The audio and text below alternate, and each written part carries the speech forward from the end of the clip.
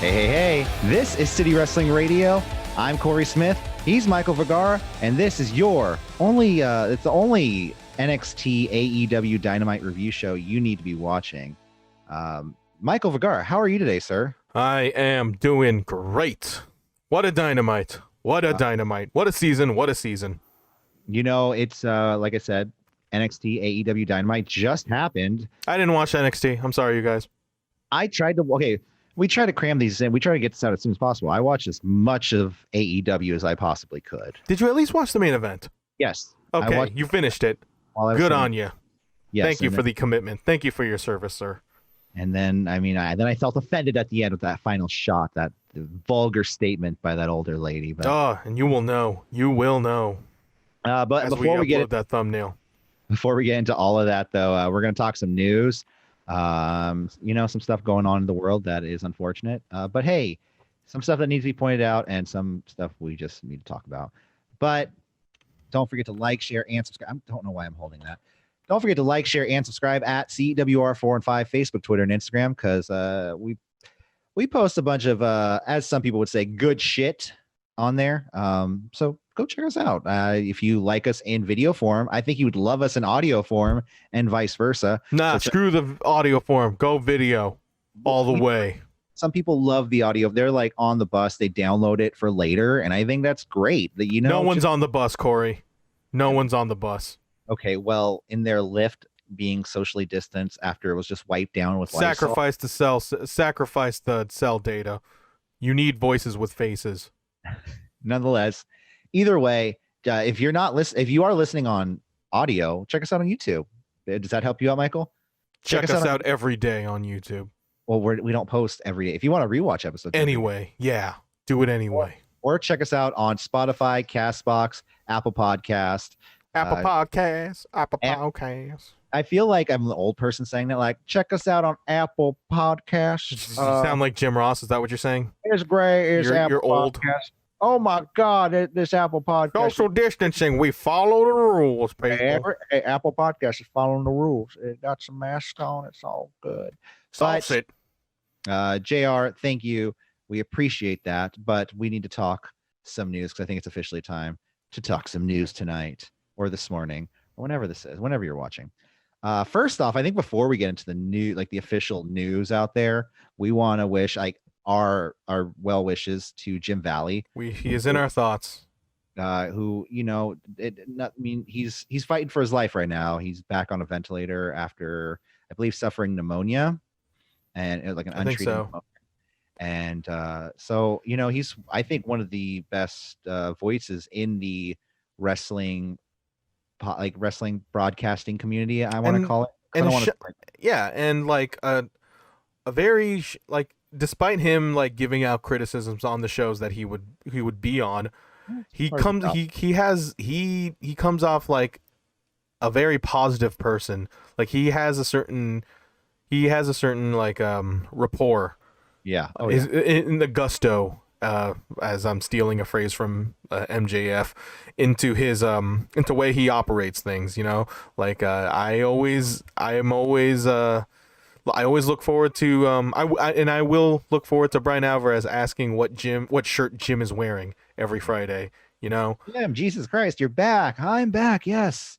I have an Oscar shirt and it's looking pretty good. As you were mentioning, I'm looking forward to hearing that. But he does. Soon, Jim. He usually hosts the Saturday version of Wrestling Observer Live, and he always says it like in a story. He always frames it as a story, and I really like that. Yeah, and most of his shows that you were saying about positivity, he would always let's talk about positivity. What do you like? No, let's talk video games. That's positive. Yeah. It was always, sometimes it wasn't like the most like the news hitting like critical, smash episode, but he would talk about stuff in wrestling, and he would, like you said, he would do things in kind of like a form of a story, and our well wishes to him, because man, and like how he like you said, like his main goal is positivity, and I think it just goes down to like there's not a single cynical bone in his body. He always seems to look at things in a more like why they did this. Maybe they did it this way. And he kind of just has like at the risk of, making him sound naive, he has like a starry-eyed look on certain things in wrestling. Like he'll call out what's bad. Like, and if you don't know who Jim Valley is, but the name sounds familiar, just think Wrestle Kingdom this last year and Chris Jericho, because Chris Jericho called him out for like, what are you doing here? You got the cold. What are you doing here, Jim Valley? Get him away from me. Little did Jericho know that being mindful of one's sickness was very, very prescient of what's to come for 2020.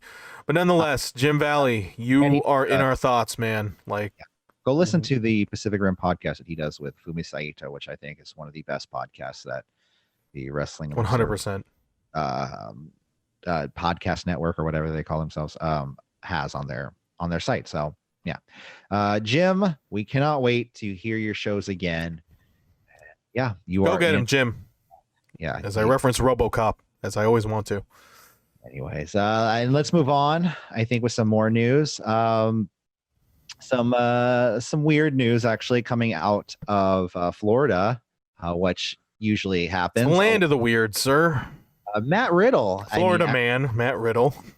As you may have heard, months back, Matt Riddle was brought up in sexual assault allegations. He was of the subject of many a speaking out. Of was it Candy Cartwright? Uh-huh. And if you don't, I'm not going to sit here and list the things that he was accused of at the time. One of them is rape. Yeah, well, yeah. That. Yeah, I'm not. I said not in detail. That's what I meant. Oh, not in detail. Okay, well, sorry. Well, But this is out of orange. I mean, rape. Yeah, he was accused of forcefully sexually assaulting a woman, Candy Cartwright, during a road trips and things of that nature. But that turned around when Matt Riddle tried to flip the script, so to speak. Dictate the narrative, one might say. Yeah, and said she was stalking him and she was showing up at the Performance Center. And he actually had a hearing to issue out a restraining order against her. Now, the restraining order hearing was called off 36 hours before it was supposed to take place. And it was allegedly canceled by the plaintiff, which would be Matt Riddle and his lawyer. Nobody knows why, but there is, going through the case, there was a lot of things that didn't make sense here, where there was one point where him and his lawyer said she came to the Performance Center on a day in March or on a day some month, but it didn't give a specific date. They can't find any record of this happening. They just the Candy Cartwright's lawyers just found plenty holes in Matt Riddle's case. Yeah. And in response, they just threw that out. They threw out the restraining order thing because nobody threw out the restraining order. Oh, really? Matt Riddle and his lawyer willingly dropped the charges. Okay. Because this is what I think based on the story I read, and we read it off of Babyface versus Heel. Substack.com by David Bixenspan. Bixenspan. I love Bixenspan. What would have happened if he would have lost this case is he would have had to have paid Candy Cartwright's legal fees. So, and where it hurts, man, the almighty dollar. So I think at this point, it seems like he pulled out for some reason or another. I mean, for the safety of this podcast, I'm not going to just say, well, this is why he pulled out. You can come to your own decision with that. I have my thoughts, but it's not looking good for one Matthew Riddle. One Matt Riddle. So we will see what happens in the coming weeks with this, because now with this dropped, because he was they were trying to say that she was posting addresses and numbers, but she didn't. It was people replying to her with this information and them trying to put the stuff on Cam. They're not doing it's pretty much just ostensibly the party of Riddle is just not doing themselves any favor. This case was Swiss cheese, if fill the bowl. I don't know, man.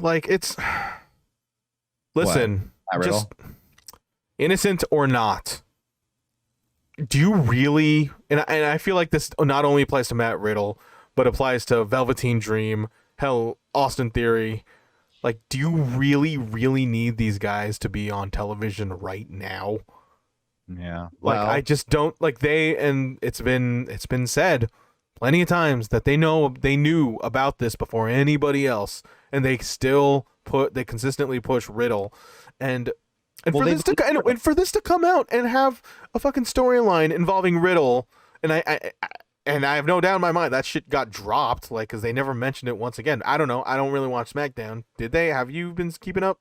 no, I think they dropped that. That They one time, fucking dropped that like a can't like they dropped this fucking thing. they dropped it like it was a bullshit storyline is what happened.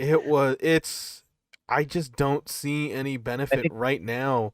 what you're referring to is when Baron Corbin was like, "Oh, I can't like you can't hold it together at home."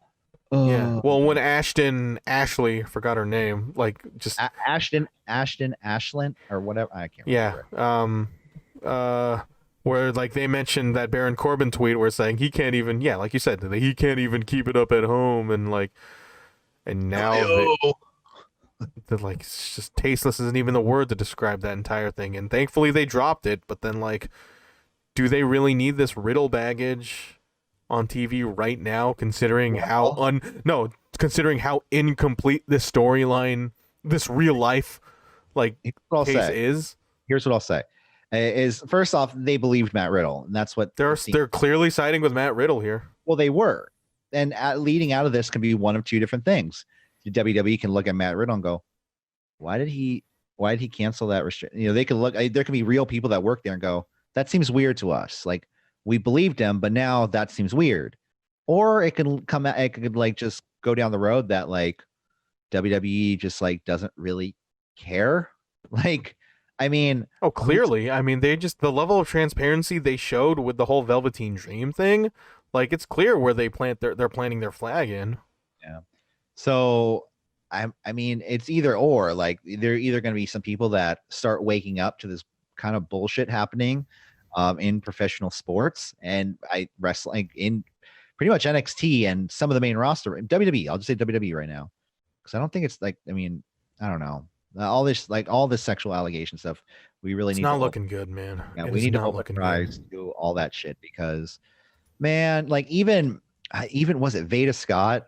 She made a little just random comment, and I said her name right, Veda Scott. I don't even know what you're referring to. What comment? The commentator for AEW, Veda Scott, right? That's her name. Yeah, for AEW Dark. Yeah, this week. Yeah, what about it? So she made a comment. There was a match between, I can't remember who it was between, but Taz was like, "Oh, they're talking crap about her on social media," and then she just goes, "As a woman, I tend not to look at the comments on social media." No, she said she doesn't look at YouTube comments.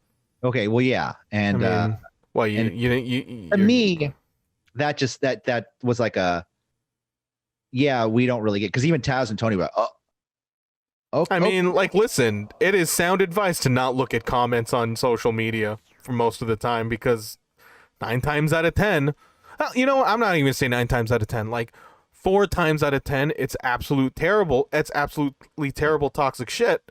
But then that 4% that 4 out of 10 is just amplified. Those are the ones that stick out. That's to us, and that's to us as men. Like, we don't know what it's like. We don't know what it's like being. Oh no, I bet you it's terrible for a woman like Veda Scott. You know, I've heard of things being sent to my friends in the past, like online. I'm just like, whoa, like I thought I was an asshole, like by like not replying sometimes, or I thought I was an asshole by being like, let's go get coffee right now, and I thought I was too pushy. Oh man, no, dating sites is another can of worms that you just don't want to. Oh, I know. Corey. I'm a veteran on those dating sites. Swipe right on City Wrestling Radio. Maybe I should. Is this why we created a wrestling podcast, Corey? Maybe we should. Yeah, maybe we should create a profile for City Wrestling Radio on Tinder. I don't know. Free advertising. Get on it, Corey. Let's move on though. I think with some more news. Chris McCumber, as as everybody knows his name, is now I exiting. call him Christopher for short. He lets me call him Chris. He calls me Chrissy McSee. I call him. He exits Oh, he USA. hates it when you call him Mickey C. He's just No, that's why he left. Chrissy McSee. But he's leaving Sci-Fi and the USA as the president of the networks after 2 decades of working with NBCU at NBC Universal. Why am I talking about this, you might ask? Well, first off, WWE has a very strong working relationship with NBC Universal going back decades. And WWE Raw is on the USA Network, which is owned by NBC. Really? But Chris McCumber was, like I said, he was one of the people to kind of get the rights to like lay down the rights and get the rights for WWE Raw and all that stuff. So he had a really good relationship with WWE. And it's weird to see a lot of these guys, they're leaving networks now. TNT. Kevin Riley. Yeah, you have, he was the one getting AEW on TV. So a lot of these guys who brought wrestling to TV, which I don't think TNT is at all worried about AEW now. Of course, dude. No, seriously. They're million with their rating of 1 point something million. I'm curious for the rating tomorrow, honestly. Don't worry, we'll know at 1:01 p.m. We need to, but yeah, so we'll see what happens with WWE's relation. I don't think anything's going to change though with WWE's. Of course not. They have a pretty good relationship with them. I mean, we'll see. We'll see with these ratings, with the way Raw did, 1.6. That's the one thing I would like to see is just people starting to ask questions. USA Network going like, "Hey, why is that show that's like that new show on Wednesday night like?" Why are they beating you? You're supposed to be like. They haven't reached that point yet, but they're getting there. The gap. I can see that gap. Tightening up. I can see that gap tightening up. Yeah. So, and what's WWE gonna do? They just counter program. They're just gonna counter program AEW whenever they can. Leaving NXT on Wednesday nights. But like, despite the fact that they have gotten the highest numbers they have gotten being on Tuesday. So what's going to happen? It's on the table being on Tuesday. Like, they have discussed that according to Sean Ross Sapp. But what's going to happen when like the AEW's new show comes out? Are they just going to come out with another new show? Are they just going to move like SmackDown to Tuesdays? Like, you know what I mean? They could. AEW could like last week, like they teased like straight up. They teased up like a late night Dynamite sort of deal on Tuesday following Inside the NBA. I can definitely see that being as some sort of backdoor pilot for their second show because remember, Tuesday Night Dynamite was the original night. That's what they trademarked. Yeah, and so for them to like test the waters, having a very strong opening, I was having a very strong follow-up with Inside the NBA, considering that's when I think it should be called that's when the NBA postseason is playing. For them to follow up with that, like it could be potentially huge. I am very interested to see what the Tuesday number is like even more so than today's number. Tuesday Night Fuse is what they should call it because you light the fuse to set the dynamite. Get it? It's like hire this man, Tony. Hire this man. Well, Tony's too busy being awkward at gorilla position in his shorts. Well, he's not the only person Tony hired. I was gonna save that as our last piece of news. I thought this was going to be the last piece of news. No, actually, okay. Yeah, we got one more piece of news to talk about. Jerry Brown, not former governor Jerry Brown of California, but Jerry Brown of the original Hollywood Blondes passed away at age 83. He was a part of the volume warning. Okay, yeah. He was one of the top pro wrestling. You threw me off, darn it. Sorry. He was part of the top pro wrestling tag teams of all time. The first incarnation of the Hollywood Blondes. He passed away yesterday at the age of 83. According to Slam Wrestling, Brown was told 6 months ago that his heart was failing and there was a little more they could do. He was visiting his daughter Tuesday afternoon and he was found dead in a trailer he had lived on in his son Rex's apartment or on his property. Sorry. Boy. Yeah. So, that's just, you gotta take care of yourself. I can't really say that about this situation. I just guess I'm saying that in general, but he had heart problems, and that sucks, man. It sucks to see that happen. The Hollywood Blondes, the team of was it Brown and Dale Buddy Roberts, real name Dale Hay, sorry, best known as a member of the Freebirds. Were put together by Bill Watts in 1970. Yep. Yeah, sorry. If you want to go on. No. I just found the exact article that you have. Gerald Brown. Yeah. He was teaming with Dandy Jack Donovan for Leroy McGrook. These are some like old school wrestling names. Sorry. Oh yeah. When Watts promotion, Donovan broke his ankle. Watts had seen Hay work as a jobber in the AWA and thought he was a great worker and brought him in for Hay's first career push. So I mean, there's a whole history I can go into, but Dave Meltzer wrote this up. You can tell because it's about 17 paragraphs long. Which, hey, listen, encyclopedic knowledge. I'm glad somebody knows about this. So it's good to see. I don't know. I was looking at something else when I said it's horrible to see this man pass away. 83. It's never a good time to pass away. I mean, it's never a good time to pass away. So like it's. And to be honest, like 83 though. To say like, oh man, what could have been. Do you remember Jerry Brown? Oh man, his great matches. Like, hey, I don't want to say what could have been. He lived up to his full potential. He was a professional wrestler. God damn it. Yeah, and I mean he's being written about, being talked about on many podcasts as when he passes away. So it's when I think the day you pass away and it goes throughout the world as news, like, hey man, you did something. What are we doing? Hey, one day we're still young, spry young men. Okay, have we reached our goals yet? No, we haven't come to fruition, Corey. No, nothing has come to fruition yet. But what has come to fruition is the goals of one Mr. Will Hobbs, who was just signed by AEW. Congratulations, Mr. Willpower, Oakland's own. Oh wait, no, Palo Alto's own. Yeah, I did not catch that line. Like, we'll get there. John Moxley, he just said like, oh, Oakland's very finest. Oh wait, no, hey, Palo Alto, that's good enough. Oakland's most violent from East Palo Alto. It's like I'm like, first off, those are two very different places. Will Hobbs is by far the nicest guy I've ever met. You know what I mean? He can't say that. He has to sell him, dude. He's just like, hey Jake, this guy, he's big. He kick ass. He's super nice though. I mean, like, what's up, Will? How you doing? Palo Alto is nowhere near Oakland. As I'm looking at this map, it's actually in the peninsula. Yeah, it's on the other side of Oakland. Bay, yeah. After 2 quick wins in dark against Sean Legacy and Jesse Sorensen, Hobbs was officially under contract by AEW. He's crunching all right.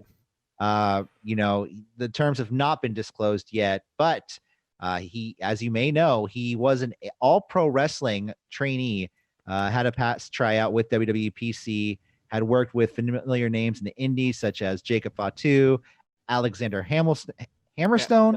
Oh, I was going to say Alexander Hamilton. Hey, sometimes you got to lay the smackdown on Hamilton. New Japan Pro Wrestling Zone, which, by the way, congratulations to Jeff Cobb getting officially the words getting out, him being signed by New Japan Pro Wrestling. Woo! And I hope to see him underwhelm the A block once more. I hope I'm wrong, Jeff. Prove me wrong. But Will Hobbs. What about him? He's signed. He's great. And he made a name for himself. Yeah. I'm excited to see what happened. And I legit got excited tonight when I watched AEW because I guess he's there, man. He's in the fold. I was excited. I was just like, wow. Oh, wow. Oh, my God. I know him. He is in the fold to lose to fucking Brian Cage in a future match. But hey, he's there. You know what? Who knows? Maybe Will Hobbs. Maybe he'll win. FTW, the new Will Hobbs be FTW champion. Whatever. Boy. All right. Yeah. But nonetheless, you are the AEW expert here on City Wrestling Radio. Stop calling me that, Corey. But we'll be right back after these commercial messages, which I press the pause button because I need to go to the bathroom. Okay. I'll see ya. And we're back. Cleaned the pipes right there. Did a bit of Did a bit of that. Let's not get into that. Dynamite, September 16th, 2020. We are halfway through September, Corey. Yeah. Yeah. Yeah. Uh-huh. Wait, really? Halfway through September? It's the 16th of September, dude. Jesus Christ. I know. Jurassic Express with Marco Stunt versus FTR in a non-title match. Just straight up. We are in there.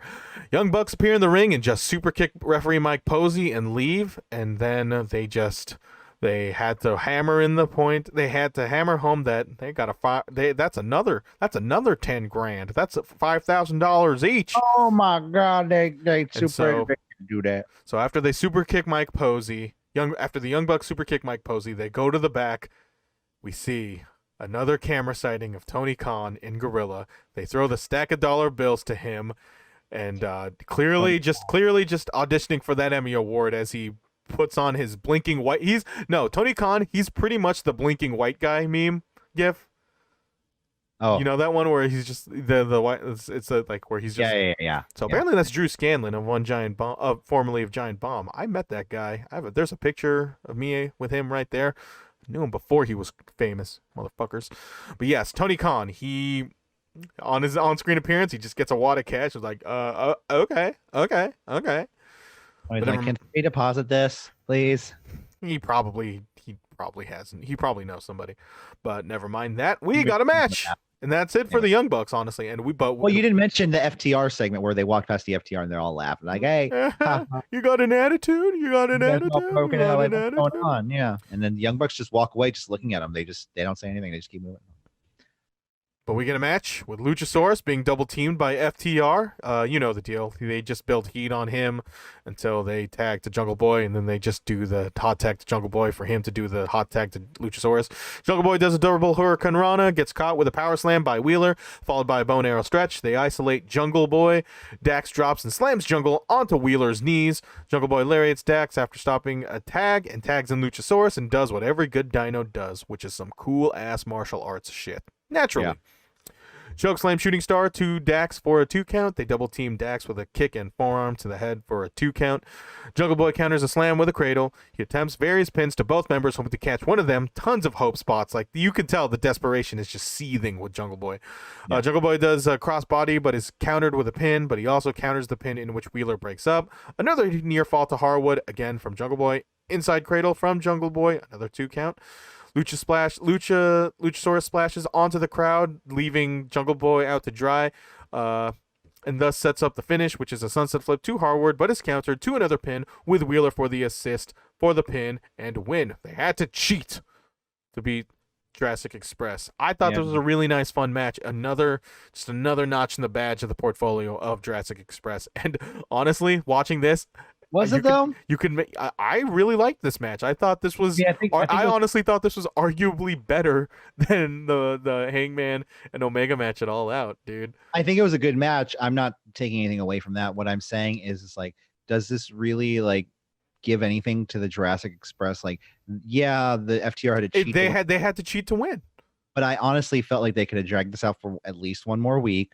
They could have beat FTR this week, and then next week they cheat. I think they wanted to just make FTR as undefeated as possible, but then for them to just cheat their way into this first match, just to, like as Bruce Prichard would say, build heat on them. You know, it's a moot. It is a very taboo word nowadays, build heat on them. But I think that is exactly what its purpose was. Well, I'm glad you mentioned the heat. Because me and Jose, we actually have a Sunday Night Heat review. Go check it out. It's the little thing in the corner. Are you done? Yeah. Okay. Yeah, no, listen to those. It's quality good stuff.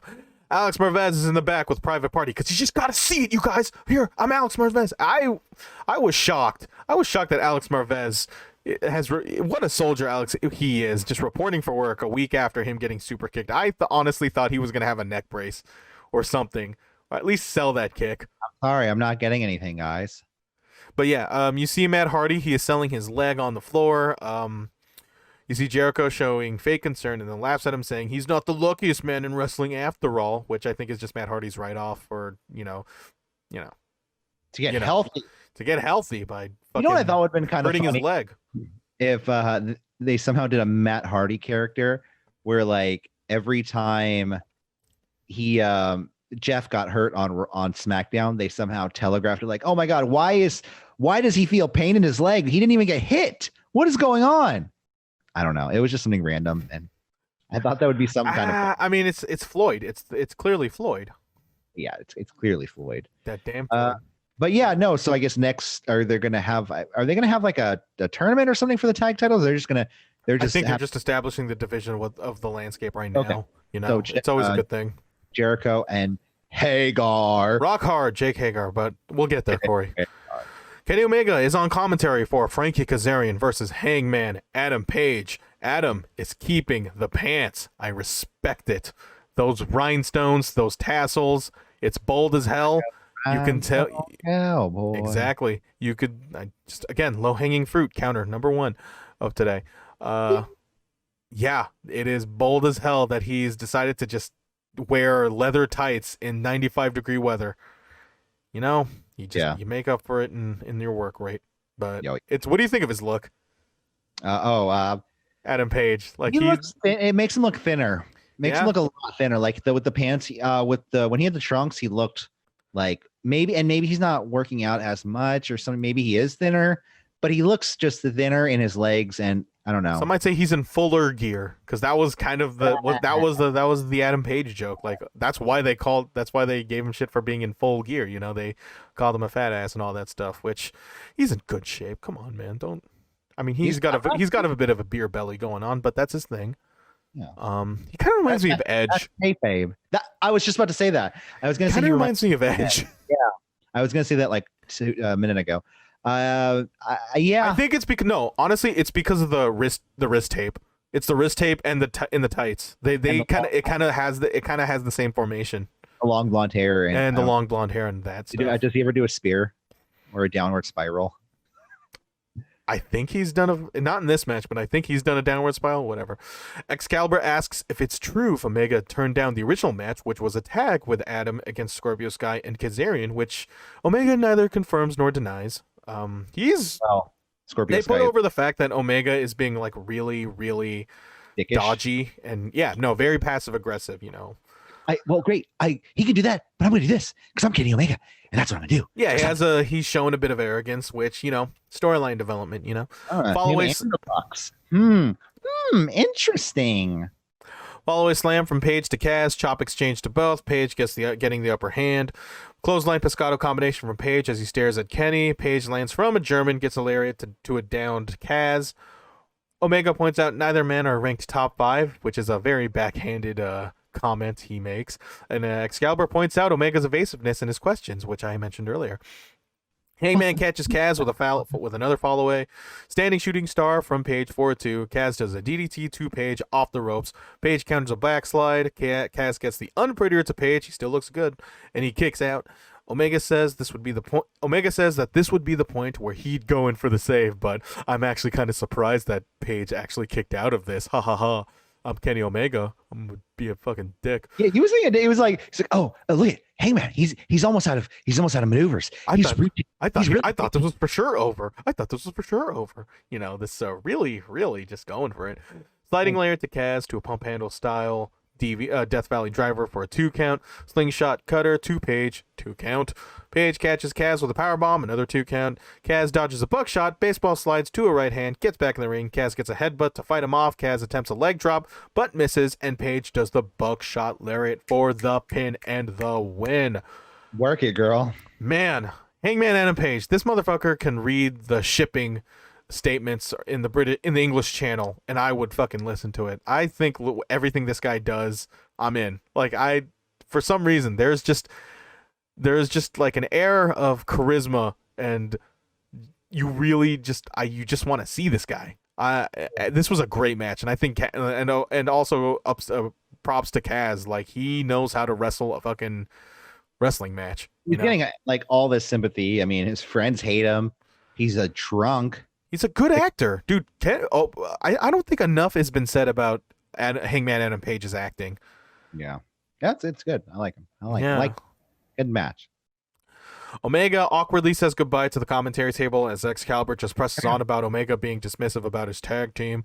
As Page celebrates, he celebrates, but then he looks all over like the arena to see where Kenny is, Where's but my then right? Kenny, yeah, like where's my friend? Where's Kenny? But Kenny is gone.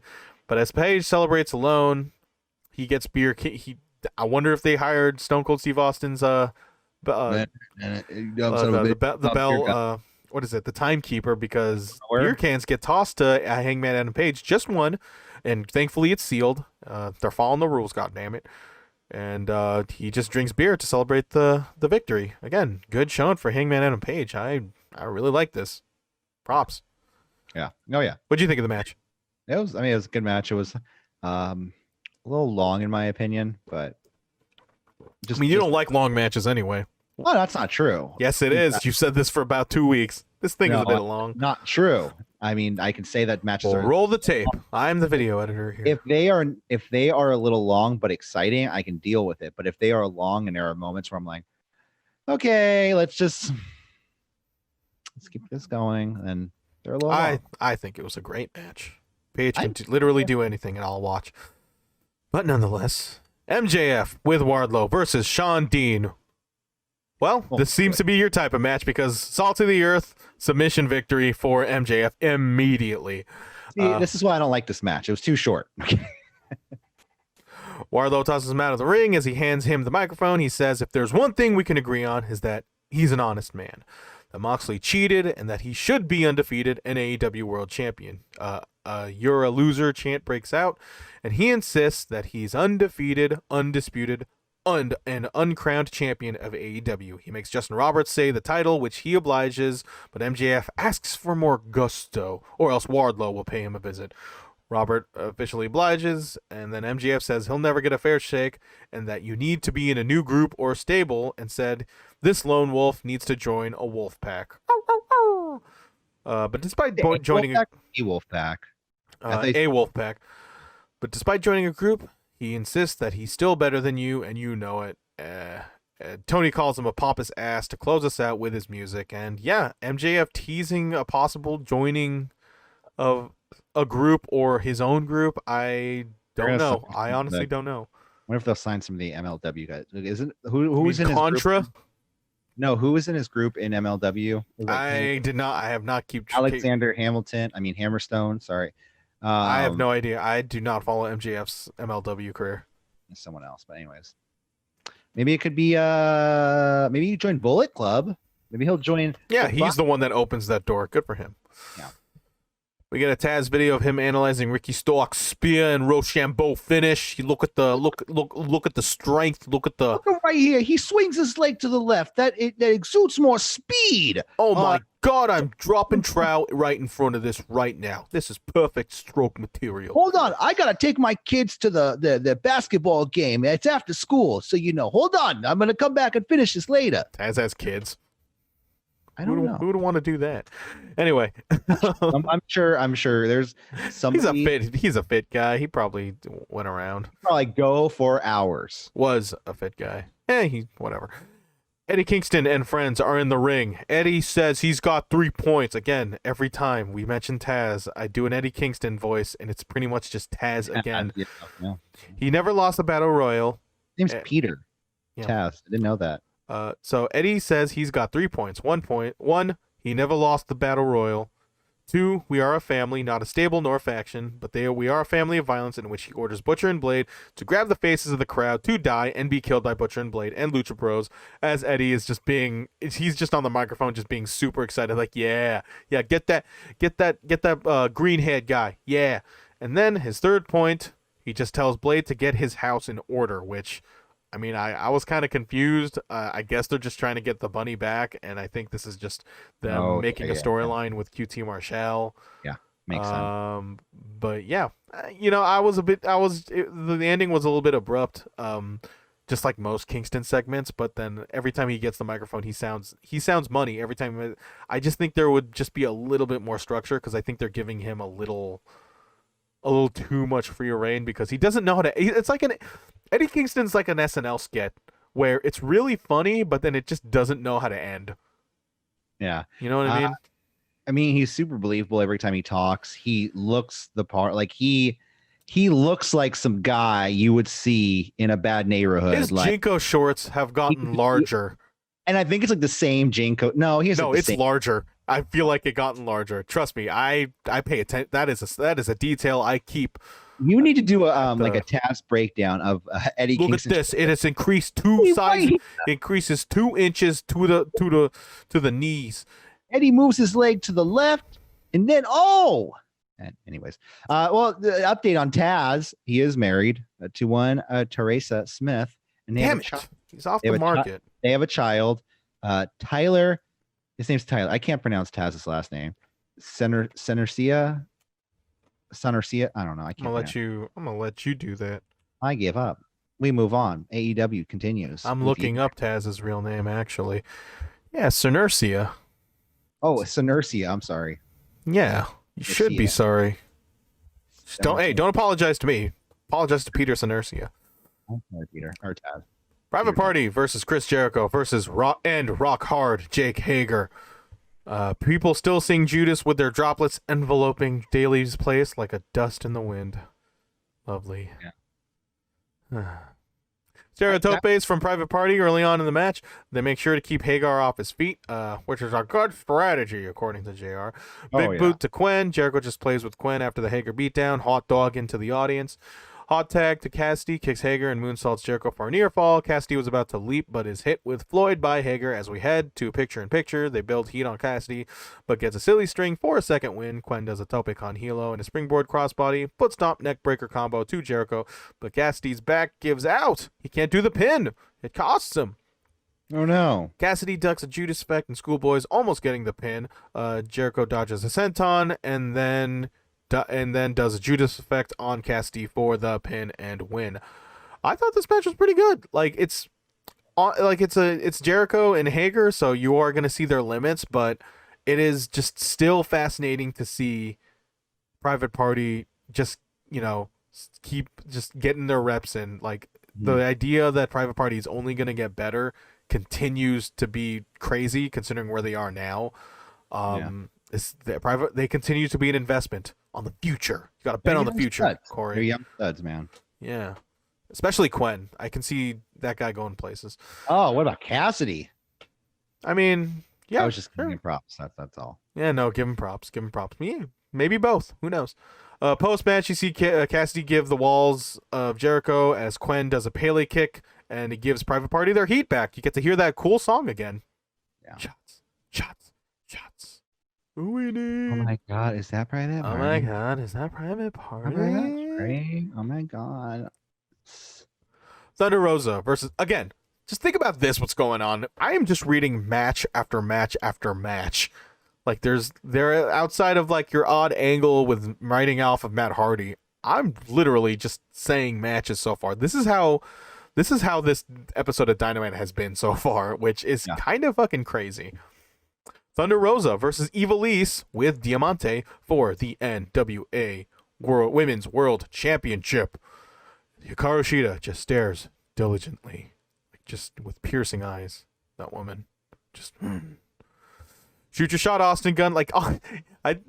Austin Gunn, that man always insists on. You ever notice a dude who clearly has a crush on one girl, and no, I didn't notice this. It's it's honestly the amount of times Austin Gunn has insist on sitting next to Hikaru Shida. Dude, shoot your shot, bro. Hey. Billy. I know Billy. I know your dad's right next to you, and you don't want to you don't want Billy Gunn to be embarrassing. You don't want You think Billy Gunn would be the type of wingman, wingman who would just kind of be embarrassing? Well, Hikaru, talk to my boy Billy. Don't talk to my boy Austin. I think you could get along. You think he'd be that type of dad? I think Billy. I don't think he would be that type of dad. I think he would be the type of the cool dad and be like, all right, well, I guess I'm just gonna leave you two alone. I'm gonna go over here. Bye. You guys want some drinks? He'll bring drinks over for you guys. I'm like, yeah, just here you go. That's embarrassing in its own right, Corey. No, come on. Oh, God. I'm gonna do it to my kids one day. No, because Austin Gunn is always the guy who has to handle Hikaru Shida's robe. So he's getting some pretty slippery territory. He's about to hand it to Billy. He's like, I got it. Yeah, he's getting to nice guy doormat territory. Austin, what are you doing, man? Shoot your shot. I just want to see the best friend stories between him and Hikaru Shida. I could see that work. I mean, granted, AEW's women's storylines gets a lot of criticism. I don't think like a storyline involving someone had crushing on Hikaru Shida would generate a ton of goodwill, considering, you know. Arm drags at the same damn time between Ivelisse and Thunder Rosa. Ivelisse gives a mean ass face rub slap to Rosa's painting side of her face. Tiara takedown from Rosa. Ivelisse with a Hurricane Rana from the top rope. They stare down to a stalemate. Run-based offense to the corner from Rosa. It's like how I play my wrestling video games. Gory Especial from Rosa as Diamante jaw jacks Aubrey to buy Ivelisse the upper hand. Rosa catches yes kicks in time for the picture-in-picture. How weird. And this is at the point of the show where they announce late Tuesday night Dynamite after Inside the NBA. And they pretty much just announced the lineup with Jericho on commentary with Scorpio Sky versus Ben Carter. His Dynamite debut. After hot off that match against Ricky Starks, which, did you watch that, Corey? On Dark? No. Of course you didn't. Anna Jay versus Brandy Rhodes, and then Matt Sydal versus Sean Spears. Wow. Dynamite after dark indeed. Anyway, match. Tiger Driver for a 2 from Ivelisse. Russian leg sweep onto a crossface. Ivelisse reaches the ropes. Death Valley Driver from Rosa. Kick out. Laying kick to Rosa. Kick out. Tombstone Pile Driver from Rosa. Pin. Win. Titles retain. Thunder Rosa. I thought this was a great match. I think they clearly see something. They clearly just want to keep Thunder Rosa around. They are testing Ivelisse, considering how much there have been reports of how much poison she is inside a locker room. But they clearly want her. But then they're also clearly just, listen. I mean, Ivelisse, I don't think you got a chance at this. We believe in you, but magnifying glass is on you. But I mean, though. That's what according to Sean Ross said, man. Okay. I could be wrong, but if I'm wrong, I'm wrong. Yeah. Let us know in the comments section below. But yeah, no, Thunder Rosa, she's money, dude. Yeah, she needs to sign with AEW. They need to. I think this whole NWA thing is just AEW testing the waters. She signed. She can't do anything. She is signed with NWA. Yeah. Yeah. No, and that's what I'm saying. It's just like this is testing that they're opening a door to another promotion and just see how it goes. Like I wouldn't be. What if Ken Kennedy appears on All Elite Wrestling? Anyway.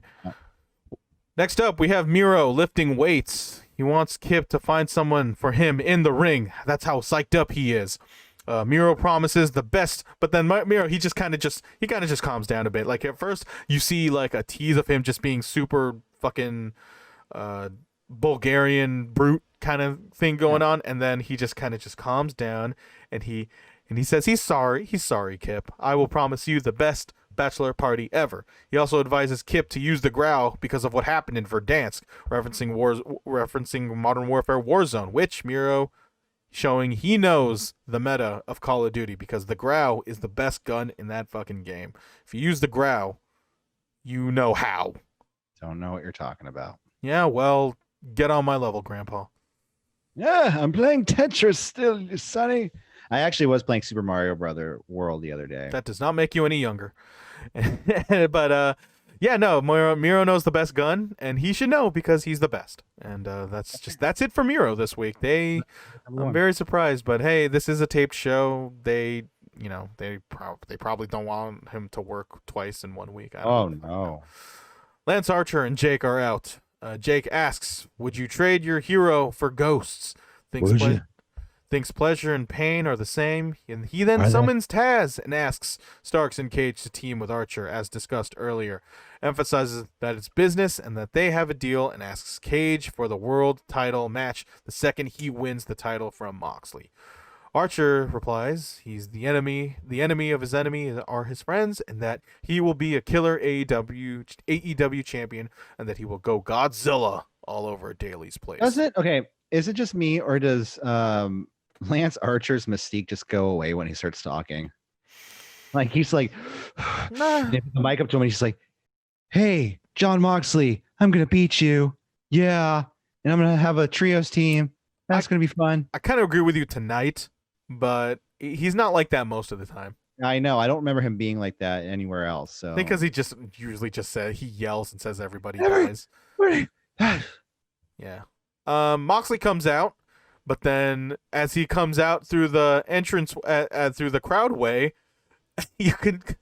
The first thing I saw was totally not Ricky Starks in the audience. It was like, oh, this is what's happening, and just like that, Ricky Starks attacks Moxley from behind, and I thought this was kind of a rib of that security, the security stopping that one fan from attacking Moxley at All Out. Oh yeah, definitely. But yeah, Moxley he fights back Starks, and then Cage comes out, and then this is the part where Will Hobbs he comes out with a chair. Yes, runs up from like Willpower. Will Hobbs comes out with a chair to even the numbers for the most part, and then he does even the numbers. I mean, he's a big guy. And so Moxley, Archer's on the mic as this happens, and so like as Moxley gets beat up, like Archer like. Jake, he's on the mic. He just is like, soften him up, tenderize him like meat.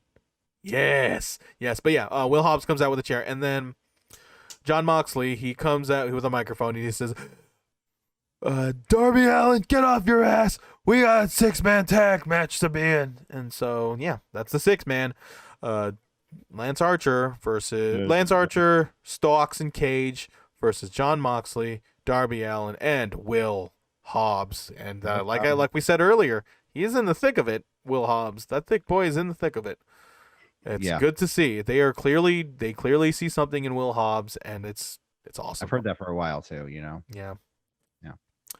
So yeah, with that 6-man, we also kind of run down what's going on next week for Dynamite, which Diamante and Ivelisse versus Shida and Thunder Rosa, and just out of the fucking blue. No build-up whatsoever. I thought this was a curious choice, which is Orange Cassidy versus Mr. Brody Lee for the TNT Championship. Like, you're clearly building up Orange Cassidy for something. Like, is this gonna be? I'm curious what's gonna happen. I think it's the start of something. It's gonna be the start of something. I think at the end of the main event, we see the culmination of the best friends, proud and powerful warfare, tag team warfare between the two. So I mean, the best friends and Orange Cassidy's done with Jericho, I'm pretty sure, right? They have definitely been separated. Unless because Jericho's going to the tag team thing. Yeah, so is a swerve and Jericho's going to come screw Can Cassidy. You repeat that again? Because you kind of lost me for a second. I said if for some reason Jericho screws Cassidy out and it's a swerve of him being in a tag team, and they continue with that could happen. I don't advise it, but I mean, do you think he should win the title next week? I don't. I think something's gonna happen. I think there's some fuckery abound because you just don't. You've had Orange Cassidy beat Jericho on a pay-per-view, and granted, it's a Mimosa Mayhem. It's not like your traditional match and everything. But then you're building him up just for him to lose to Mr. Brody Lee. Like we'll see. That's that again. It's one of those things where there's a curiosity factor involved of what could they possibly be doing in this match, because you don't want to see both dudes lose, and that sometimes arguably that's what fuels if matches. Brody Lee just loses the title, I'm gonna be like kind of bummed. Like they're really just gonna is not advisable. Or maybe Cody costs Brody Lee the title, and I thought about that too. He cost him the title. Cody comes back. He's done judging that fucking talent show. Go Big Show. Why isn't the Big Show on that show? Because he's listen, Corey. Why are you even asking that? You fucking know why. It's a question I have. That's why. Main event, parking lot brawl, proud and powerful Santana and Ortiz versus best friends Chuck and Trent. Santana and Ortiz come out looking like the baseball Furies from the Warriors, but Tony mentions it's from Dead Presidents. Have you seen that movie? I remember the movie. I only remember the fucking the poster, which scared the shit out of me as a kid. Yeah, it was like a group of people that robbed banks, but they had their faces painted in like white, just like this. At one point, I thought they kind of resembled, like, how like God paints their faces. Yeah, it kind of reminded me of that for a second. Yeah. That's what I face paint. It's war paint, son. Yeah. Ortiz gets crushed by the hood of a car as Chuck does a flipping senton, with Trent doing a sit-out senton immediately, hurting both in the process. This is the first spot that I take notes on, by the way. Yeah. Best friends drape plywood on the back of the truck as they work on Ortiz. Santana sneaks a baton and hits both Chuck and Trent. Santana does a cannonball to the rear door on Trent. Ortiz throws a sledgehammer to the windshield, narrowly missing Chuck. Suplex senton combo to Chuck on top of the car. 2 count. Trent drapes a door onto the hammered car. Trent spears Ortiz onto the door. Essentially, it's a story of like 4 beat up cars as guys beat on each other onto the beat up cars because they can, because it's a fucking parking lot match. Welcome to AEW Underground. Chuck drapes a barrier fence on the third car. Chuck suplexes Ortiz onto said car. Trent with the jeans. There was a shot where Trent, he's with jeans on, and then he has a piece of blood on his shoulder, and I just thought, like, man, that is a quality fucking look. Like, I think Trent continues to be, he's a future TNT champion. Ortiz powerbombs Trent on top of the car, and then Santana and Ortiz, they toss Trent onto the windshield and shield style, like, believe in the windshield. It looked amazing. Chuck is tossed onto recycling bins back first. That, honestly, I feel like I'd rather take the windshield spot than the recycling bin spot, because that does not look fun. At least there's a consistency with the windshield. Yeah. I mean, you do have to deal with the glass. Yeah, no, I don't know. Yeah. Trent is somehow still in this match. Santana beats Chuck into a corner, gets out a lead pipe, and then Corey, out of the trunk. Orange Cassidy is out with a steel chain, and Orange punches Santana. And then this sets up pile driver onto the hood from Chuck to Ortiz, and then strong zero to Santana onto the plywood from Trent. Pin and win. This match was incredible. I think this was easily top 3 Dynamite main events. I think I would put that. I'd have to look back. Cody's cage match I would put up there, but I thought this match was incredible. Like, there was a certain flow to it, and according to Tony Khan, this was one take. They did this all in one take. They had to do a little bit of editing because someone said the F-bomb, but rather than that, and it really showed. There was a certain flow to the match that just felt super organic, and like you could tell these guys just had a certain amount of chemistry that a regular match just could not justify. They needed a parking lot brawl, and it was amazing. And just to have Orange Cassidy be in that trunk this entire time, I thought, I loved it. And then Corey, cherry on top, they get picked up by Trent's mom, Sue, in the minivan as they go back into the car. They drive home, and we see Trent's mom, Sue, flip off the camera as we end the show. And Tony with the call of the century, he's hugging his bloody son! Television classic. It's why we watch Dynamite. It's why we watch wrestling. Match of the year contender. I loved the crap out of this Dynamite. It's top 5 Dynamite. It just went by. I really liked this show. It was a really good show. I agree. I think AEW from start to finish. I mean, the only part I can't really think of a part that like dragged. You know, it went by. It really went by real fast. Was like that quick MJF win, but whatever. You know, whatever. It was a little bit. There is a little bit there. That is a bit of a question mark. Like, what do you do with MJF? But again, question mark. Sometimes not everything needs to be answered week to week. Oh, absolutely. Sometimes you just gotta wait and wait in anticipation. It's a trust that I'm willing to put on AEW. Honestly, though, from one fire show to another fire show, because NXT this week was just absolutely, it was good. It was really good. I was gonna say fire again, but it was just really good. I can't get around it.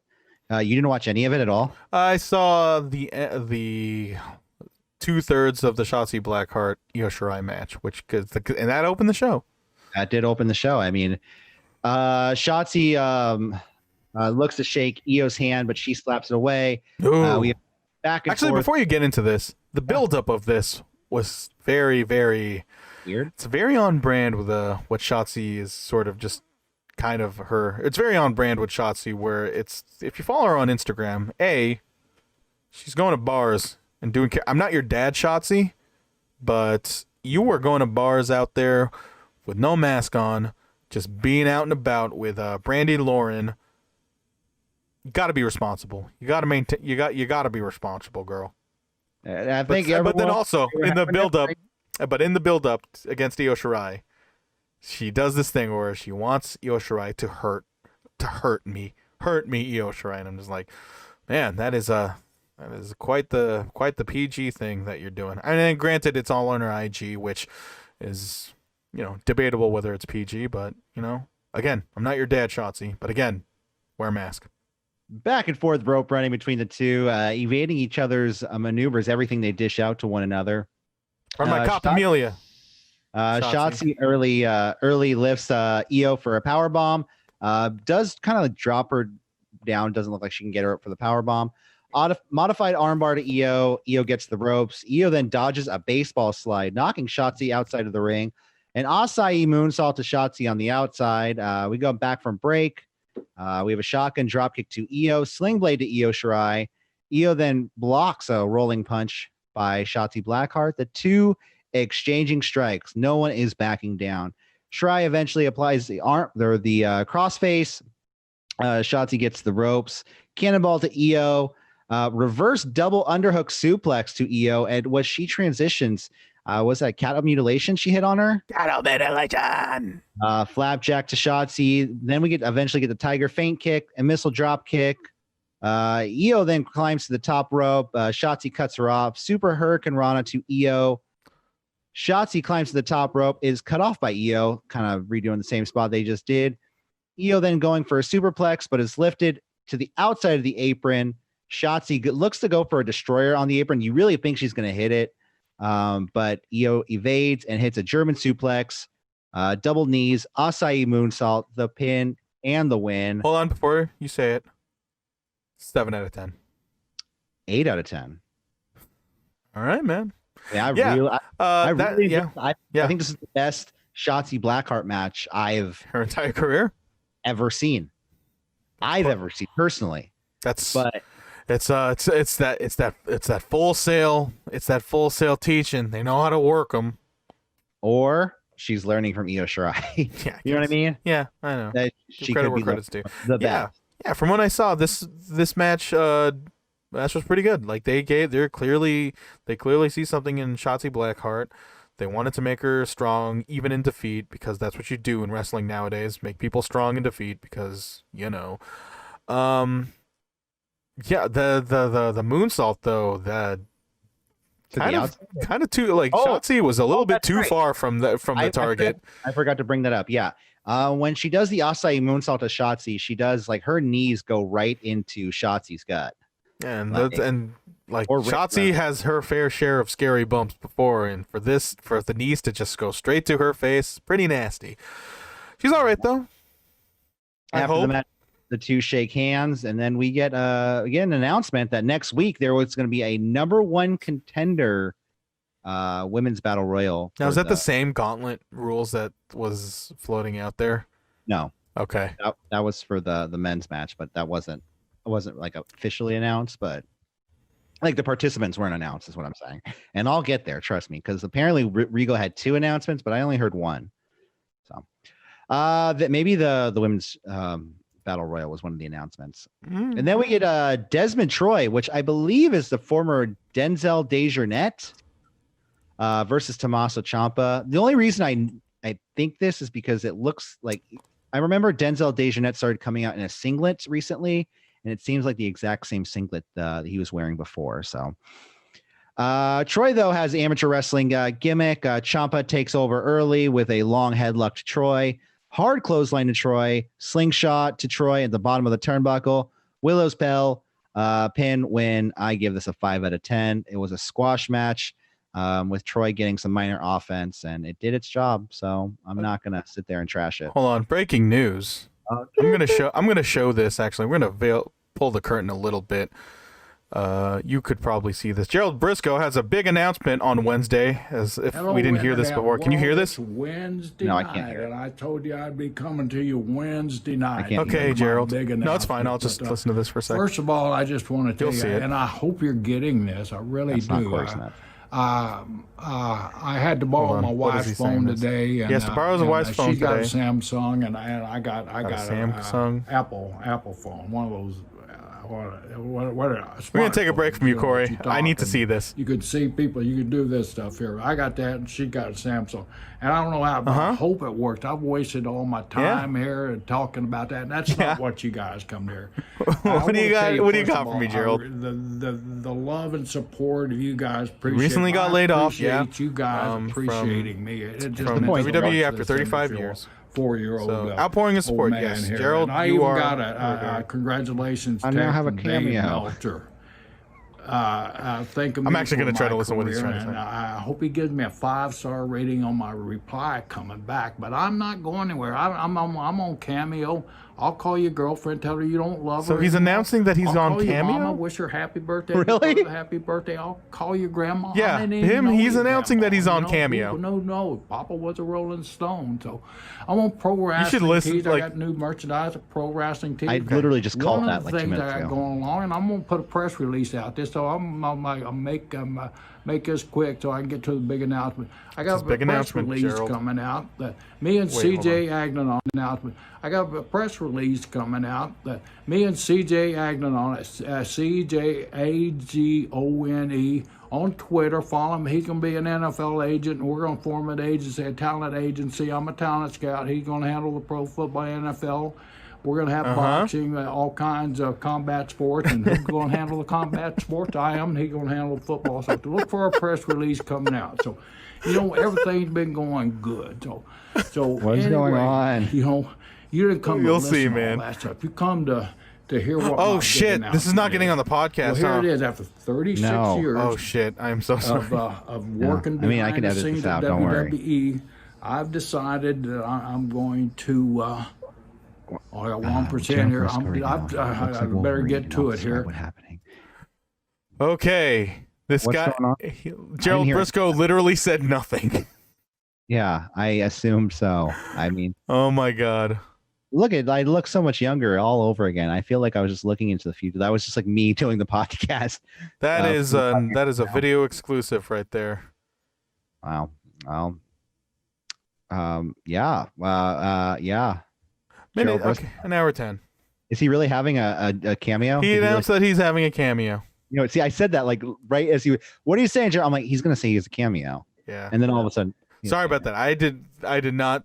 What is up with those Wolverine mutton chops, though? Yeah. Come on. Yeah. What are those? Thanks, Gerald Briscoe. All right. But I legitimately thought there would be something there. no. Desmond or was it Darnell Troy? What was his name? Desmond Troy. Sorry.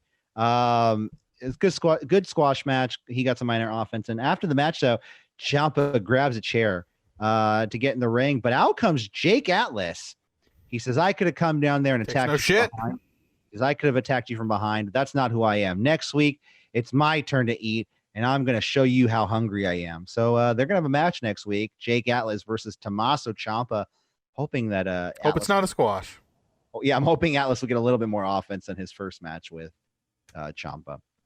Then we cut to Drake Maverick arriving to the arena, and he's being asked, "Is Drake, what's your strategy tonight with Killian Dane? Is he going to show up?" He goes, "Well, we have the match, and we're gonna go out there, and we're a tag team, and it's gonna be okay." And then he said, "What if he doesn't show up?" It's not going to be okay. It's gonna be okay. It's gonna be okay. It's gonna be okay.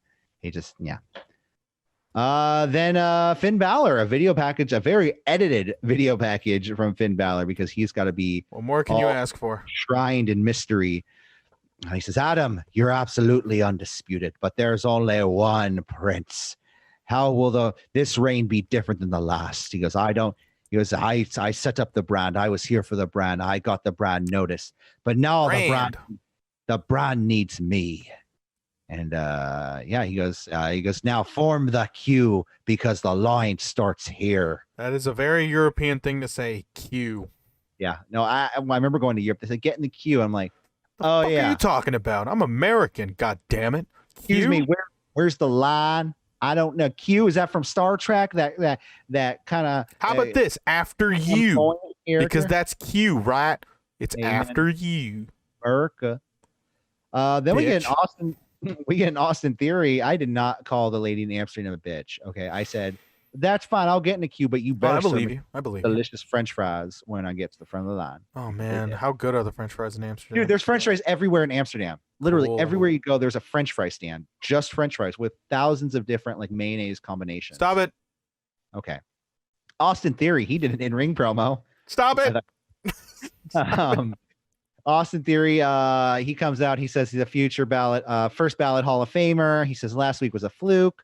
For some reason, I had a feeling that Kushida was going to come out. I don't know why. Because he hates chomos? Could be.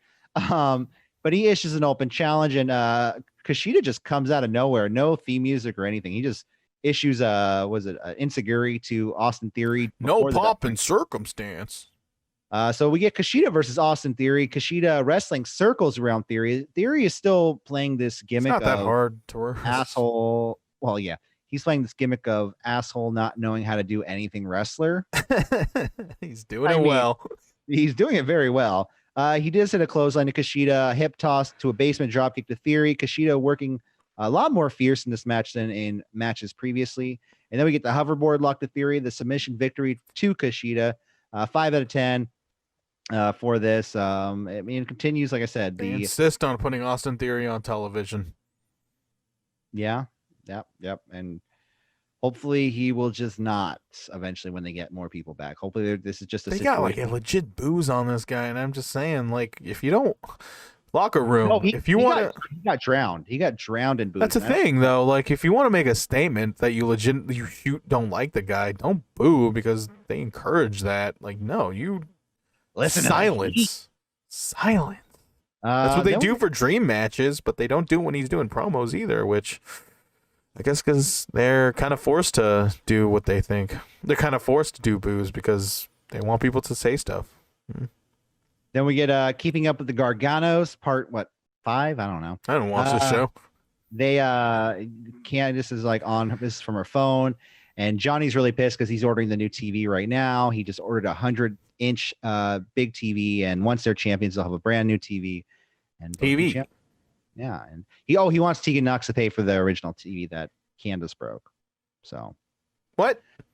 Yeah. Well, you remember last week when Candice threw the remote at Tegan Knox, but Tegan evaded it. So therefore, they think she owes them the money for the said TV that was broken. Pre-orders are up for the PlayStation 5. They've been up, actually. Oh, I gotta go then. Bye, guys. Sorry, this is City Wrestling Radio. Did you try? No, I don't have the money to put down. Do you have to buy put the whole money? No, it's a pre-order. You get charged when it's shipped. Oh, well then, all right. Maybe I'll just okay. Nope, it's impossible. I remember when. Is it? It's already. Yeah, I think so. I mean, I'll try. I don't know. I have money. Then we go. Oh, look at you, Mr. Fancy Pants. I did not mean that in any way. I have the money, but I'm not necessarily. I'm not saying I can afford it. Oh, I have the money, but I can't afford it. Come on. Then we got Breezango versus Imperium. This was the sleeper matches, I think, of the night with both shows, because this was another really good match. I don't doubt you. Everybody there is. One thing though, I noticed Breezango is back to their original SmackDown gimmick. I know they're the fashion police again. It was just in their rotation of costumes, I think. Could be. Yeah, it could be. Imperium run down. Everyone battles before the bell. Eichner and Fandango begin the match. Imperium isolating Fandango, preventing him from getting the tag to Breezango. A very nice belly to back suplex to Fandango by Fabian Eichner. Double underhook suplex to Fandango, followed by a kick masterpiece. Fandango, he's wrapped on the corner. So he's getting beat up as we go to break. We come back from break, and Bartel is still beating up on Fandango, and this is something I really enjoyed, and then I think both shows got extremely right tonight, is the commercial breaks. I had no problem with the commercial breaks here, because this match, he was getting beat up on before the break. We come back and he's still getting beat up on. I think in weeks. So you feel like you didn't miss anything. Exactly. In previous weeks, you'd come back and all of a sudden, like, Fandango's like beating up on Bartel. I'm like, what? Apparently, the Raw this week was terrible on the commercial breaks. Maybe. Yeah. I don't know. All I know from Raw is that Mysterio's daughter is about to start dating Buddy Murphy. So, wait, are you joking? You didn't see that? No, I didn't. Where Seth beat down on Buddy Murphy, he left, and he was on the outside of the ring, and that's when the Mysterio family were going in the ring, and Aaliyah went up to Buddy and like held his hand for a second. Yeah, so she looks like she's going to be in a storyline. Great. That's how WWE gets you. They hire have this contract, Ray. We'll put your entire family in this storyline.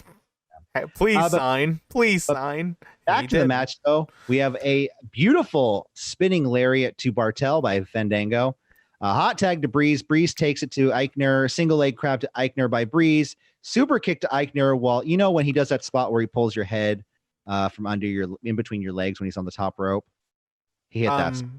I'm imagining it. Yeah. Hits a super kick to Eichner at that spot. Breeze pushed off the top rope while Eichner catches him midair into like literally catches him in a suplex position, deadlifts him up and hits a suplex. Like an incredible strength by Fabian Eichner. Fandango misses the giant leg drop the exact same way they won the titles. That's how Morrow would have said it. He's in the Battlegrounds game, apparently, which is out. It's an alligator. This Friday. Yeah. Oh, I hope that game is good. It probably won't be. Check your Twitch. Check Michael Vergara's Twitch channel, and he'll be playing it soon enough. Bartel kicks the head of Fandango into a German to Fandango, followed by a kick out. Hard chops to Eichner by Dango. Tornado DDT to Eichner by Dango. Spinebuster penalty kick combo to Breeze. Imperium is going for the European bomb on Fandango, on Breeze. But Fandango drop kicks Eichner, leading him right in. Whoa, what happened there? Nothing. Leading right into Bartel, knocking Bartel. Oh my God, is Retribution here, Michael? Yes. Keep going. Leading Bartel or Eichner and Eichner and Breeze into Bartel, knocking him off the top rope. And then Breeze comes back, hits a Hurricane Rana and a roll through pin to Eichner, the pin and the win. And like I said, I was not expecting this match to be that. They put him over. I give this match a 7 out of 10. It was fucking great. Was it better than the parking lot brawl? I'm putting you in a spot. It was different. It was different. Like, this was a really good wrestling match. Yeah, you can't compare them because it's just No, I understand. Next up, we have another tag team match, though, a women's tag team match. So the ladies are here to wrestle. Oh, what a night. That was very sexist of me to say. I'm sorry.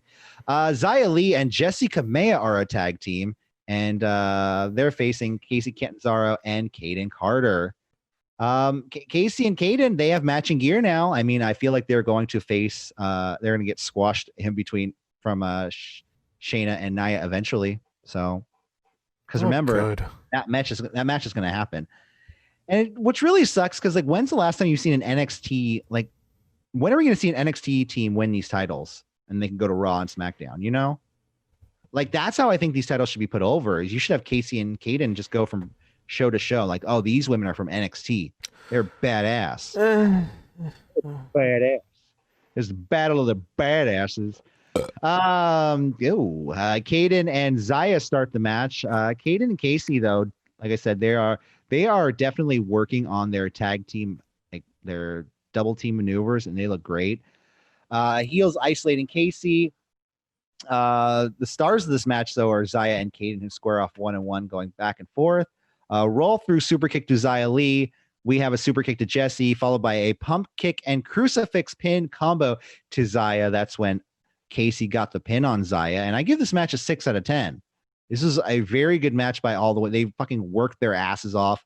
Everybody, I think, on this show was just working at about an 11 tonight, because they know they had to compete against that parking lot, bro. It was the first night they were going 1-on-1 with AEW in a few weeks. Yeah, I'm really interested on that rating. So we'll see. Like I said, these two women really worked hard and very well. After the match, Casey and Caden, they go for a fist bump.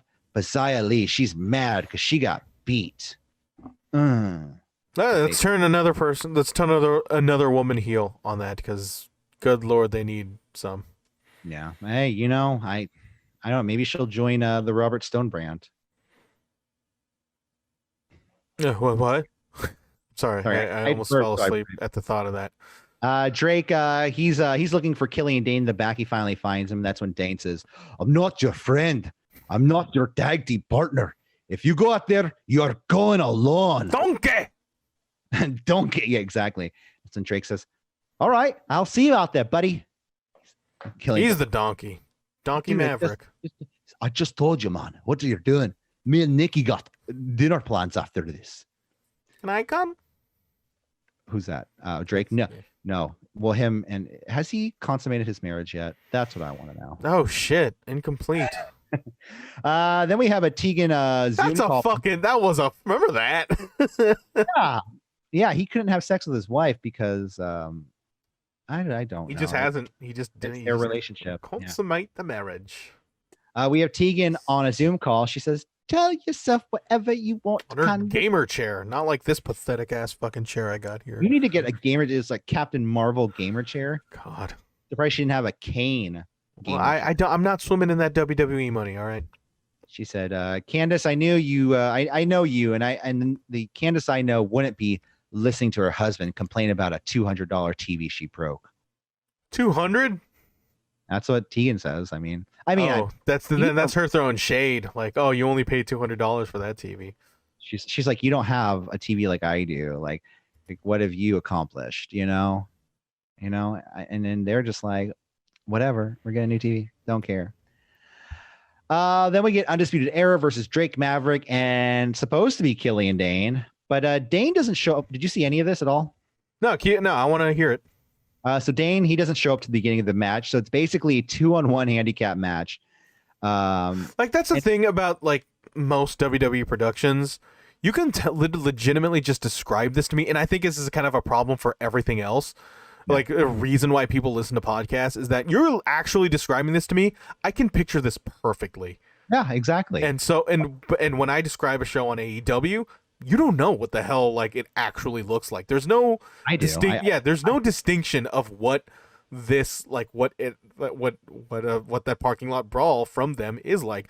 But then the reason why like part of me just feels like the reason why ratings are falling is because they have shows like this and other shows that are just you can definitely just there's no visual like gusto. I don't want to keep saying that again, but then can't you like isn't it like a statement that I can perfectly just picture what you're saying in this show, and I just feel like I'm not missing it? But doesn't it like go hand in hand with like people being like, this is how wrestling should be booked, and this should happen, and then this should happen? Just think about who's employed there. Like, well, first of all, who was employed there, like Gerald Briscoe. Sorry about that, Corey. But it's just weird. It's just how that is. There's no. You can tell. I can perfectly picture what is going on here. Yeah. So Wade Barrett just says, by the way, Wade Barrett signed full-time. Official. Yeah. He's official. He says, just take the loss, Strike. Fucked, Nigel McGuinness. Just take the loss. And what's really big. He's doing the NXT UK, though, Nigel McGuinness. Is he? Oh, good for him. I think so. Why didn't Drake just take the loss? You know what I mean? Why he's like, oh, my partner's not here. I'm just going to get counted out, guys. Later. It's not like I have a shot at the title. He's a baby face, and he's a baby face, Corey, and all baby faces are dumb. I mean, he gets some offense in. Or noble. He gets a drop kick on Roddy. Bulldog to a cradle backbreaker to Drake Maverick. And they cut to Killian Dane just watching the match with a bunch of people backstage like they're at a bar. They're all just watching and laughing. And look at this loser. And we get back to the match. A Uranagi backbreaker to Drake by Strong.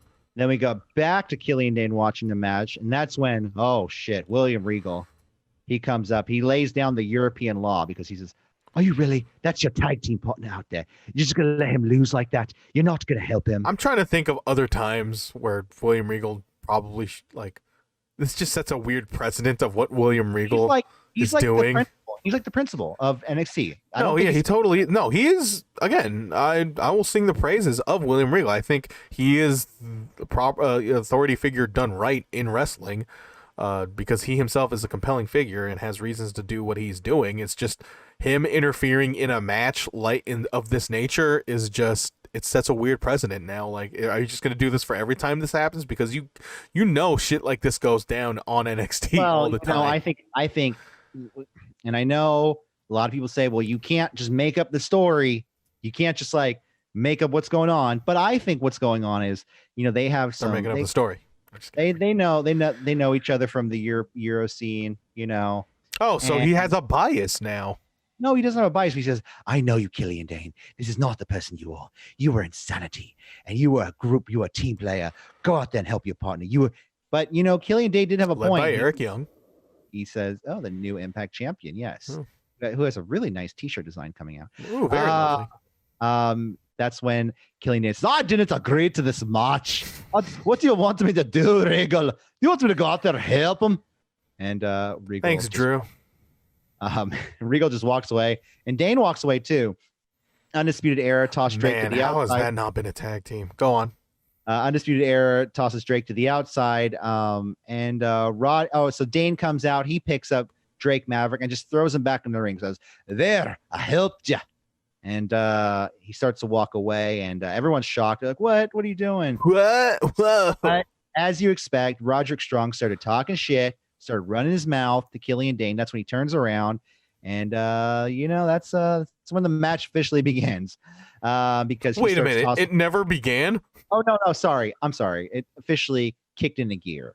Okay, it was officially. I was gonna say, wait a minute. But then Bobby Fish just grabs a chair and hits Dane with it. So we get a DQ finish for a long match. What? All that for DQ? Yeah, Oh, it's Jesus. bullshit. The 3 out of 10. This is only shitty part. It's the only down part of the show, though. I swear. This match sucked. It was too long and should have been. It should have ended, I think, with a Drake and Dane win. Well, what was the bigger picture of this? After the match, Drake and Dane, which sound like a duo R&B singing group, they fight off the Undisputed Era. Drake is super into it. He's like, yeah, we did it, and then he gets punched in the face by Killian Dane. What is there left to do for Undisputed Era at this point, dude? Well, I'm glad you asked, because we continue with a segment that has something to do with that. Jake Atlas, he's walking backstage. It's because outdoor, they're leaving the arena promo. Everyone gets one. They asked, Jake, what do you feel about this match? Isn't it a bold move that you're going after Ciampa like that? He goes, you're damn right, it's a bold move. And then that's when he's attacked by Tommaso Ciampa. He's getting beaten up on the outside. But who breaks up the fight? But Kyle O'Reilly. What? Yeah. Okay. They're turning him face? Ciampa. Only Kyle O'Reilly. Only Kyle O'Reilly. Kyle O'Reilly says, leave him alone. This is a parking lot. You have a match with him next week. I'm like, oh, okay. Sure. Oh, okay. I think he's living on edge because he knows Full Sail is just going to pop any second now. Let's hope it doesn't. Okay, I'm not trying to make light of biological outbreaks because that would be very bad. But it was very. You think they're gonna put his diabetes on the fucking storyline? Is him turning face? No. They're not doing. I that. think what I think is gonna. I think it leads. I think all this kind of leads into the next segment, so to speak, because Ciampa does say he goes. Oh, next week I'll be going for him. And I'll be coming for you too. So it looks like we're gonna get a Ciampa. He doesn't like the fact that Kyle O'Reilly just tried to stop the beatdown. Yeah, pretty much. Okay. But we get William Regal's announcement of the evening, which, trust me, I think this ties into what I was just talking about. So we get the first ever the Gauntlet Eliminator match. So it's a new match. Two men will start in the ring. Visualize this. Every 4 minutes, another competitor will enter. So it's kind of like Royal Rumble style. The only way to be eliminated is via pinfall or submission, which is completely not Royal Rumble style. And the last man will be in the ring will be named number one contender for the NXT Championship. I feel like we do this every 2 weeks where they just have to do some fucking gimmick ass match to determine a number one contender. Yeah.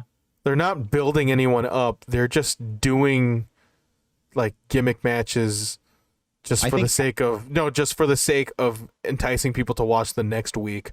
Like, okay, we'll entice them next week for a gimmick match and then entice them the next week for the title match of said winner. And I just feel like they've been doing this for the past year. They're being stretched. I mean, they only have so much, I guess, they can do. You know, I don't know. It's like a rubber band being stretched too thin. Eventually, it's going to snap. Undisputed Era, though. But I think Kyle O'Reilly is going to be in this match. And I think he'll probably end up being in this match. And I think the final two might end up being Ciampa and Kyle O'Reilly. That's my assumption. So are we looking at like an Undisputed Era blow up or a write off? Because after this, they are just circling down they are spinning their wheels at this point. I mean, what it looks like now is they have done, like, Adam Cole is no longer your champion, and they're just there. It seems like Kyle O'Reilly and Adam Cole are both turning separately face, and Roddy and Fish are just jock assholes. You know? Yeah. Like, they're just like the guys who got left back a year. And I would think you would, which is interesting, which leads me to believe that, are they going to stay in NXT as fresh coats of paint, or are they are they all going to get drafted? And who knows? Not all of them. Remember, like, Adam Cole might be the only person drafted to the main roster. That is definitely a possibility. Like, we have this draft coming up in October, and that also opens up, like, it already started like last week. What are you talking about? What? They did a draft last week? Well, what do you call it? What's her name? Mandy Rose. Oh, yes, that's true. So, like, you would argue that, like, them blowing up Undisputed Era you'd have Adam Cole go to the main roster, and then you have the three members left, kind of more or less doing their own separate ways, going their separate ways. Well, build Kyle O'Reilly up, I think, as a face on NXT, and that would be great. And then the heel tag team, just let them be a fucking tag team. And because I feel like Kyle O'Reilly, out of those three, I feel like Kyle O'Reilly has the biggest upside of being a face. Because I don't think Roderick has it in him to be another white meat babyface. We saw what a Roderick Strong. Exactly. That's what I'm saying. I'm Roderick Strong. I'm here to beat you. They tried with him and Bobby Fish. I mean, look at that guy. Look at that guy. You telling me he's a good guy? Come on now. Well, I mean, that mustache. Come on now. What are you gonna do with Bobby Fish outside of a tag team? He's not gonna get pushed in a singles career, dude. We don't know. They'll try. Only one way to find out, Corey. Only one way to find out. But I don't have faith that he would do great as a singles competitor. Also, we don't have time. You know what? How much more? Yeah. Talk about for another hour. But no, we can't, because we need to talk about the main event. Oh, yes. Timothy Thatcher, Mr. Thatch Can Wrestling versus the Forgotten One. Oakland, California zone, Sacramento, California zone, Timothy Thatcher. San Francisco's most violent from Sacramento. Oh man, it's the Bay Area. I know, but come on, get it right. Yeah, I would love it if Moxley was like, "Hey, from EPA." I'd be like, "Yeah, Moxley." Moxley is just too busy chewing gum. I don't know. Pandering. Timothy Thatcher and Damian Priest back and forth. They back and forth holds to start the match. Priest knocked to the outside. Priest is looking for a power bomb, but is pushed into the stairs at one point on the outside. Double underhook soup. I feel like that happened. There was just tons. Like, I wrote it down all night. Double underhook suplex. Double underhook. Oh, you're telling me there's a formula going on with these WWE matches? I feel like they just had double underhook suplex class last week. It's a effective maneuver. It is. Let's see. Back from break, Thatcher still has control of the match, still building the heat. Priest laying shots into Thatcher. Thatcher trying to fight back, but it's cut off by Priest at every turn. We get a strong clothesline to Thatcher, running elbow into a Falcon Arrow that Damian Priest lays down. Thatcher looking for an armbar, but can't seem to lock it in. Thatcher evades a slingshot dive by Priest. That's when he's looking to lock in the Boston Crab on Priest. Eventually locks it in and also transitions eventually into the Fujiwara armbar. Priest gets to the ropes.